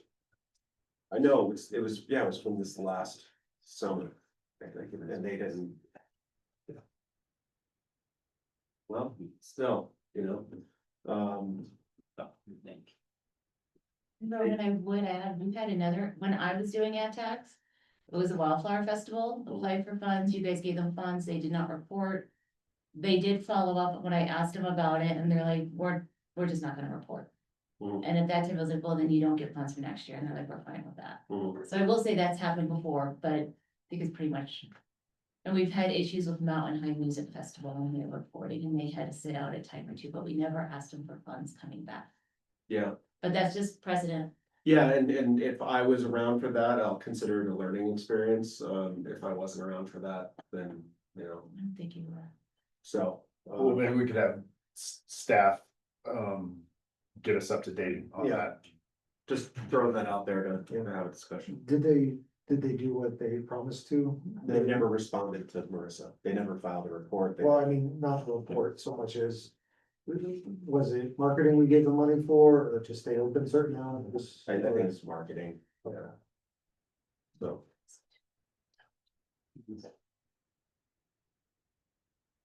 All right, anyone else? It's somewhat tangentially related to town council, but I went to some training on wildland fire urban interface and stuff. Yeah, specifically related to like the home ignition zone. So how you actually make houses and to a larger extent, neighborhoods wildfire resistant.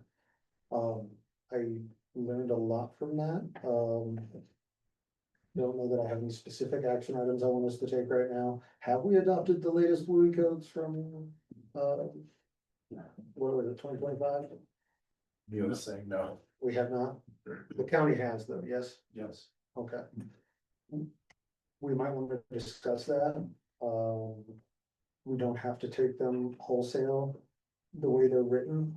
But there are a lot of very simple things that can be done that will cost roughly $0 that will make houses far more resilient. Number one being just don't have anything burnable within 5 feet of your house. And then putting mesh screens on all of things. Like, if you do those two things, your wood siding still matters, but not as much.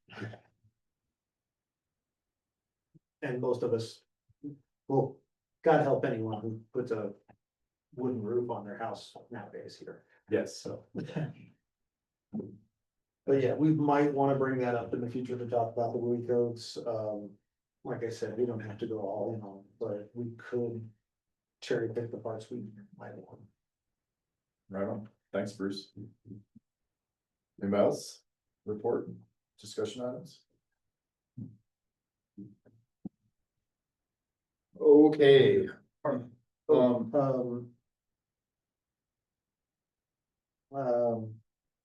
am I blanking? Nicholas. Andrew. Andrew Arell. Yeah. Has council talked about electrification plan for new build stuff? Like, is there support behind it? You know, just talk to us about it a couple of times, and I don't know what the history is there.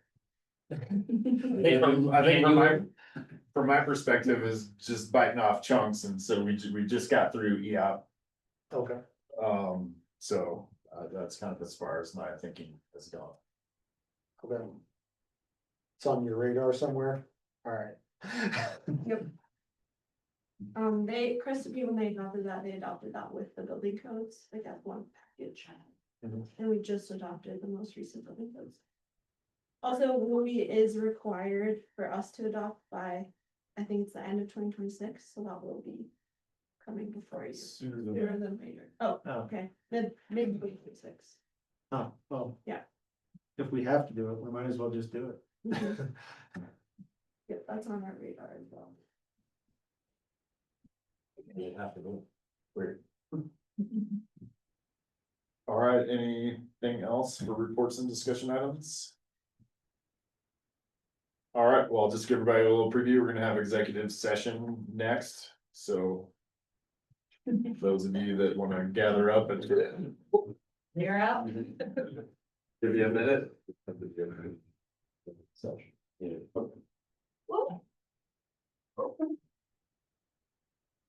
Okay. Every 15 minutes. Yeah.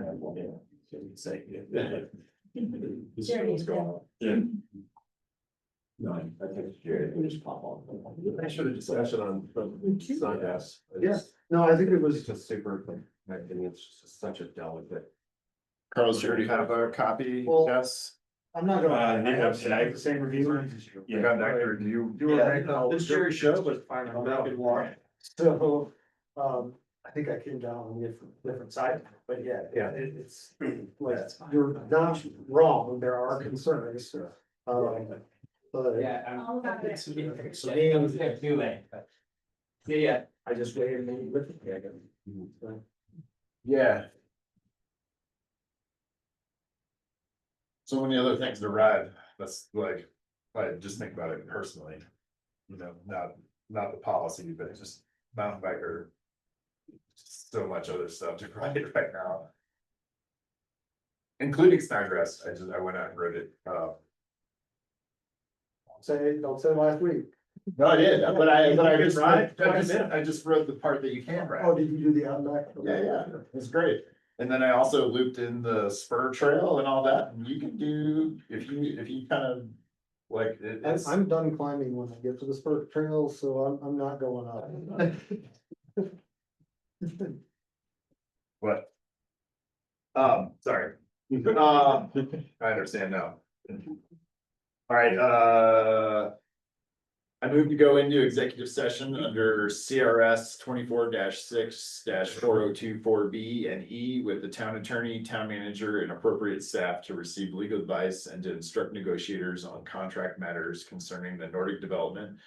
And under CRS 24-6-4024F for personnel matters to conduct a review of the town manager. I further move to reconvene the open meeting at the conclusion of the executive session for the purpose of taking any formal actions deemed necessary. Second.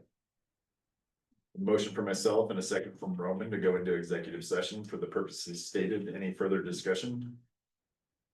Tiffany? Bobby, Yes. Bruce, Yes. Roman, Yes. Steve, Yes. Mayor Kimpton. Yes. Okay, so I'm gonna stop this recording.